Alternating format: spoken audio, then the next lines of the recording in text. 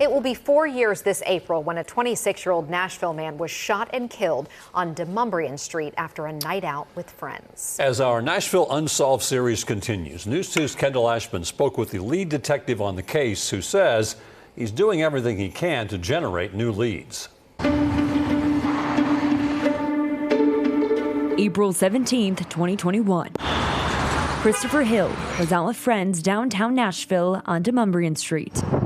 Christopher was not someone known to be out causing trouble, getting in trouble. He was just a young guy. He was well liked. Lead detective on the case, Robert Nielsen, says between 2 and 3 in the morning, Christopher and his friends were leaving the bars. When they walked past Vibes Bar and Lounge, this man approached them. And they had some kind of exchange of words.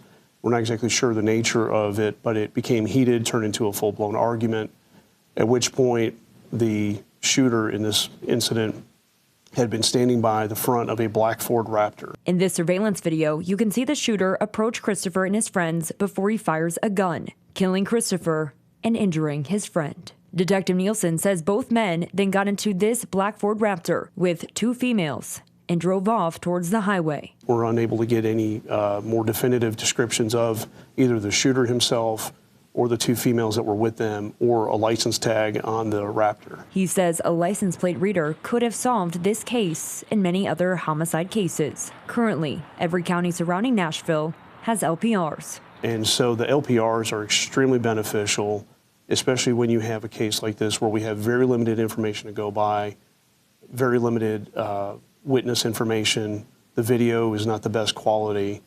And that's just one more tool. But he says until someone is caught, this case is very much still open. People think that a cold case means nobody's working on it, and that's not true. Detective Nielsen says there are 7 detectives working multiple cold cases, some that date back to the 1930s. But he says what makes this homicide case unusual is that it occurred in a popular part of town for both locals and tourists. I've worked that area for many years on and off through overtime assignments and calls for service back when I was in patrol. And I'm not aware of any other homicides that we've had that have occurred like this, at least in my recent memory. In Nashville, Kendall Ashman, News 2. Now, if you have any information on this case, please call Nashville Crime Stoppers at 615-74-CRIME. You can receive a $5,000 cash reward and remain anonymous. Or you can also reach out to Detective Nielsen directly. We will have his contact information on WKRN.com.